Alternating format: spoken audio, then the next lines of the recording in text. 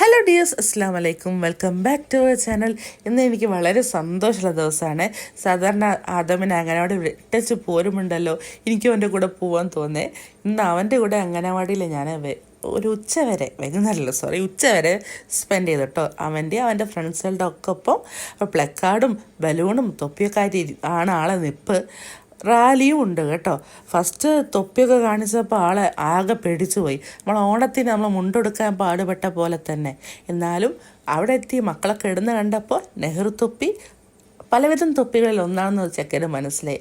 റോസാപ്പൂവിന് ആദ്യം നെഞ്ചത്ത് വെച്ചപ്പോൾ നിഷ്കാരണം ബഹിഷ്കരിച്ചെങ്കിലും പിന്നെ അവൻ നെഞ്ചോട് ചേർത്ത് പിടിച്ചു കേട്ടോ. ചാച്ചാജി ആരാന്ന് മുഴുവൻ അറിയാനുള്ള അവന് പ്രായമായില്ലെങ്കിലും ചാച്ചാജി ജയ് വിളിക്കേണ്ട ആളാന്ന് മനസ്സിലായി. പിന്നെ റാലി കഴിഞ്ഞപ്പോഴേ ഇവരൊക്കെ പാട്ട് പാടാണേ. ഇവൻ പാട്ട് പാടുന്നത് കണ്ടത് ഞാൻ കൗതുകത്തോടെ തന്നെയാണ്. കാരണം എന്താ വെച്ചാൽ ഇവിടുന്ന് പഠിച്ച ഒരു പാട്ടും എനിക്ക് വീട്ടിലൊന്നും പാടിത്തരില്ല കേട്ടോ. വീട്ടിൽ നിന്ന് ഇങ്ങനെ TV ചാനലൊക്കെ കണ്ട കൊക്കോമ്പലെല്ലാം സോങ്സൊക്കെ എനിക്ക് പാടിത്തരെങ്കിലും ഇവിടുന്ന് ഒരു പാട്ടും അങ്ങനെ പഠിത്ത പാട്ടും കൂടി പറഞ്ഞില്ല. ചില മക്കൾ അങ്ങനെ സ്കൂളിൽ നിന്ന് പഠിച്ചത് സ്കൂളിൽ തന്നെ ഇട്ടച്ച് പോരും. അത് കേൾക്കണമെങ്കിൽ നമ്മൾ അങ്ങോട്ട് പോകണേ. ആ ചാൻസ് നല്ല യൂസ് ചെയ്തു കേട്ടോ.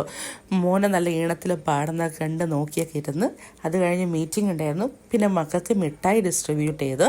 അതിനുശേഷം അവർക്ക് ഫ്രൂട്ട് ബോൾ ഉണ്ടായിരുന്നു കേട്ടോ. അതിന് മേലെ പാരൻസിലൊക്കെ കുറച്ച് ഐസ്ക്രീം ഇട്ടൊന്ന് പൊലിപ്പിച്ചൊന്ന് സ്പെഷ്യൽ ഡേ അല്ലേ. പിന്നെ ഇവരുടെ കൂടെ ഉച്ചവരെ നമ്മൾ സ്പെൻഡ് ചെയ്തില്ലേ. ഇനിയോ മുങ്ങണമെങ്കിൽ ഇവർ കളറുടെ കൊടുക്കുന്ന ഗ്യാപ്പ് നോക്കി മുങ്ങണം. അങ്ങനെ തന്നെ ഇവൻ കളർ കൊടുക്കുന്ന ഗ്യാപ്പ് നോക്കി ഞാൻ മുങ്ങി.